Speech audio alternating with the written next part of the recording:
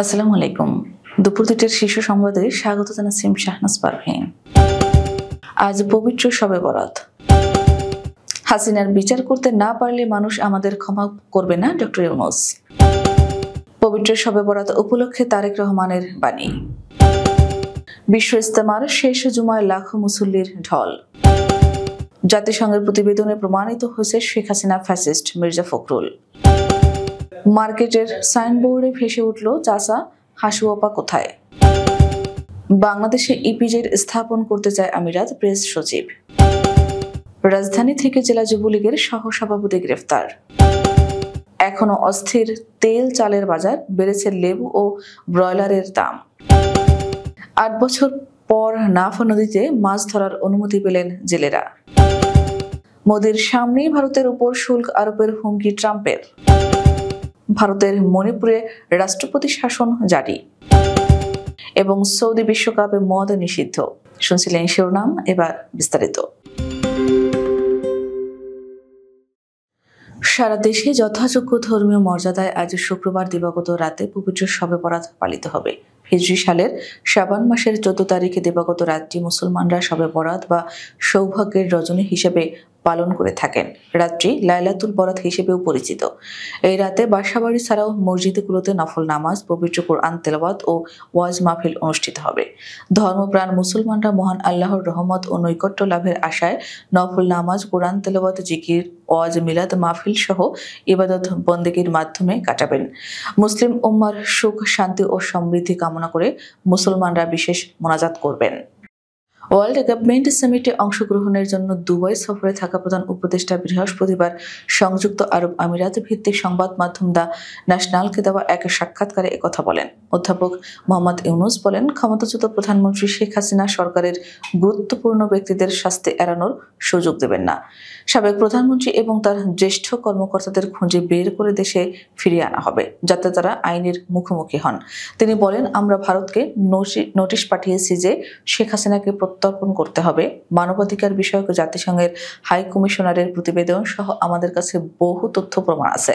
তারা যা কিছু করেছে সেগুলোর সাক্ষ্য এটা। প্রধান উপদেষ্টা বলেন, আমরা ইতিমধ্যে আইনি প্রক্রিয়া শুরু করেছি, তাই আমরা আশা করছি আইনি প্রক্রিয়া অব্যাহত থাকবে এবং আমরা তাকে বিচারের আওতায় আনবো। এটা করতে হবে, না হলে মানুষ আমাদের ক্ষমা করবে না। পবিত্র শবে বরাত উপলক্ষে গণমাধ্যমে বাণী দিয়েছেন বিএনপির ভারপ্রাপ্ত চেয়ারম্যান তারেক রহমান। বৃহস্পতিবার দলটির জ্যেষ্ঠ যুগ্ম মহাসচিব রুহুল কবির রিজভীর পাঠানো বাণীতে এই তথ্য জানানো হয়। তারেক রহমান বলেন, শাবান মাসের একটি মহিমান্বিত রাতের নাম শবে বরাত। এ উপলক্ষে আমি বাংলাদেশ সহ মুসলিম বিশ্বের সকল মুসলমানের অব্যাহত সুখ, শান্তি ও সমৃদ্ধি কামনা করি। তিনি বলেন, বরাত অর্থ নাজাত বা মুক্তি, তাই শবে বরাতের রাতের গুরুত্ব অপরিসীম। এই রাতের ফজিলত ও মর্যাদা অনেকই বেশি। এই মহান রাতে আল্লাহ পাক তার সৃষ্টির সেরা জীব মানুষের ভাগ্য নির্ধারণ করেন। নিঃসন্দেহে এই রাত ফজিলতপূর্ণ।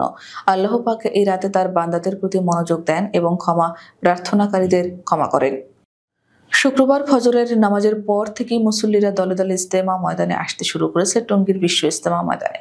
এর আগে গতকাল রাতে মাওলানা সাদ সাহেবের বড় ছেলে মাওলানা ইউসুফ বিন সাদ সাহেব ও ছোট ছেলে মাওলানা ইলিয়াস বিন সাদ সাহেব ৫৮তম বিশ্ব ইজতেমার দ্বিতীয় পর্বে অংশগ্রহণ করতে বিশ্ব ইজতেমা ময়দানে এসে পৌঁছেছেন। ওনাদেরকে পেয়ে ময়দানের অবস্থানরত মুসল্লিরা আবেগে আপ্লুত হয়ে কান্নায় ভেঙে পড়েন। এদিকে নিজামুদ্দিন বিশ্ব মারকাজ সমন্বয়ক মোহাম্মদ সায়েম জানান, মাওলানা সাদ সাহেবের বড় ছেলে মাওলানা ইউসুফ বিন সাদ জুমার নামাজের ইমামতি করবেন। জাতিসংঘের তথ্যানুসন্ধান দলের প্রতিবেদনে প্রমাণিত হয়েছে শেখ হাসিনা ফ্যাসিস্ট বলে মন্তব্য করেছেন বিএনপির মহাসচিব মির্জা ফখরুল ইসলাম আলমগীর। বৃহস্পতিবার রাজধানীর গুলশানে বিএনপি চেয়ারপারসনের রাজনৈতিক কার্যালয়ে এক সংবাদ সম্মেলনে সাংবাদিকদের প্রশ্নের জবাবে তিনি এ মন্তব্য করেন।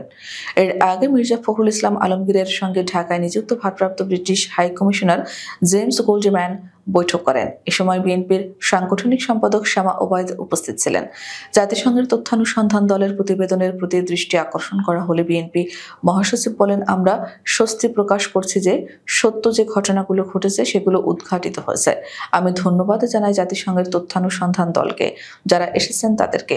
তারা সঠিকভাবে বিশ্লেষণ করেছেন। একজন ব্যক্তি, বিশেষ করে ফ্যাসিস্ট শেখ হাসিনার নির্দেশে সমস্ত হত্যাকাণ্ড ঘটেছে, যে গণহত্যা হয়েছে তার নির্দেশই হয়েছে। সিলেটের গোলাপগঞ্জ পৌর এলাকার একটি ডিজিটাল সাইনবোর্ডে চাচা হাসু আপা কোথায়, মোদির কাছে পালিয়ে গেছে লেখা ভেসে ওঠে। এ নিয়ে স্থানীয়ভাবে চাঞ্চল্যের সৃষ্টি হয়েছে।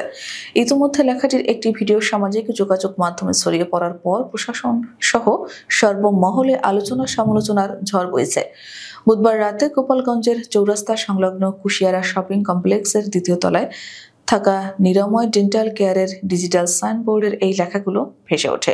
এ বিষয়ে গোপালগঞ্জ থানার ভারপ্রাপ্ত কর্মকর্তা মনিরুজ্জামান মোল্লা বলেন, মার্কেটের সাইনবোর্ডে এমন লেখা ভেসে ওঠার খবর পেয়ে ঘটনাস্থলে গেলেও রাতে মার্কেটটি বন্ধ পেয়েছে। যদিও প্রতিষ্ঠান কর্তৃপক্ষের দাবি, এই ঘটনা সম্পর্কে তারা কিছুই জানেন না বলে জানান। প্রধান উপদেষ্টার প্রেস সচিব শফিকুল আলম এক ব্রিফিংয়ে জানিয়েছেন, বাংলাদেশের রপ্তানি প্রক্রিয়াকরণ অঞ্চল স্থাপনে আগ্রহী সংযুক্ত আরব আমিরাত। বৃহস্পতিবার দুবাইয়ে ওয়ার্ল্ড গভর্নমেন্ট সামিট 2025-এর সম্মেলন স্থলে প্রধান উপদেষ্টা অধ্যাপক মোহাম্মদ ইউনূসের সঙ্গে আলাপকালে আমিরাতের বাণিজ্য মন্ত্রী ইপিজেড স্থাপনে তার ইচ্ছার কথা জানান। প্রধান উপদেষ্টা নীতিগতভাবে পৃথক ইপিজেড স্থাপনের ব্যাপারে সম্মত হয়েছেন। শফিকুল আলম জানান, ইপিজেড নির্মিত হলে আমিরাতের বড় বড় কোম্পানি বাংলাদেশে বিনিয়োগ করবে। এর ফলে দেশে প্রচুর চাকরির সুযোগ তৈরি হবে। রংপুর জেলা যুবলীগের সহসভাপতি মোহাম্মদ শফিকুজ্জামান শিপনকে রাজধানীর লালবাগ এলাকা থেকে গ্রেফতার করা হয়েছে। বৃহস্পতিবার দিবাগত রাতে তাকে গ্রেফতার করা হয়। তার বিরুদ্ধে বৈষম্য বিরোধী ছাত্র আন্দোলনের মারধর ও হত্যা চেষ্টার মামলা রয়েছে। বাজারে অন্য অনেক পণ্য স্বস্তিদায়ক পর্যায়ে থাকলেও চাল ও তেল নিয়ে অস্থিরতা গত কয়েক মাস ধরেই চলছে। তেল ও চালের বাজারে ফেরেনি স্বস্তি। এর মধ্যে চালের দাম কেজি প্রতি 4 থেকে 6 টাকা বেড়েছিল। তবে বাজারে সয়াবিন তেলের যে সরবরাহ সংকট ছিল সেটা এখনো কাটেনি, বরং আরও বাড়ছে।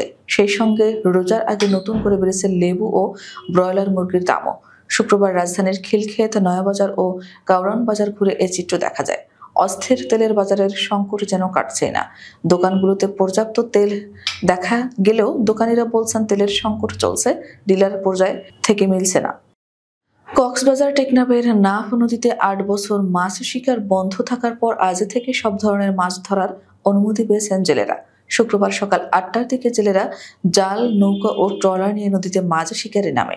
এই খবরে টেকনাফের জেলে পরিবারের মাঝে চলছে উৎসব। এর আগে 2017 সালে রোহিঙ্গাদের আশ্রয়ের পর ফের রোহিঙ্গা অনুপ্রবেশ, মাদক ও সীমান্তে চোরাচালান নিয়ন্ত্রণে সরকার নিষেধাজ্ঞা দিয়েছিল।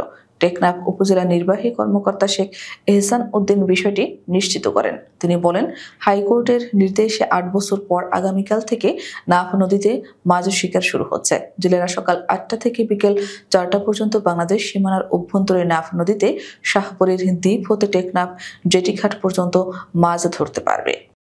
মার্কিন প্রেসিডেন্ট হিসেবে ডোনাল্ড ট্রাম্প দ্বিতীয়বার ক্ষমতা গ্রহণের পর প্রথমবার তার সঙ্গে সাক্ষাৎ হয়েছে ভারতীয় প্রধানমন্ত্রী নরেন্দ্র মোদীর।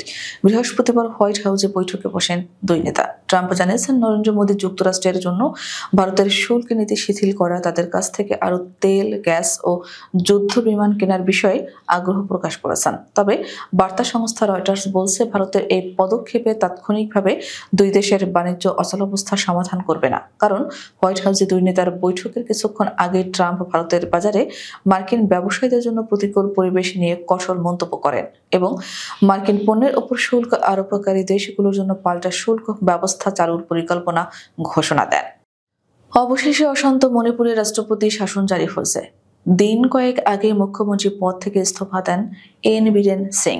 রাষ্ট্রপতি শাসনের কথা জানিয়েছে ভারতের স্বরাষ্ট্র মন্ত্রণালয়। এর আগে গত 9 ফেব্রুয়ারি মুখ্যমন্ত্রী পদে ইস্তফা দেন এন বীরেন সিং। তার ইস্তফার পরে নতুন কোনো মুখ্যমন্ত্রীর নাম ঘোষণা করতে পারেনি বিজেপি।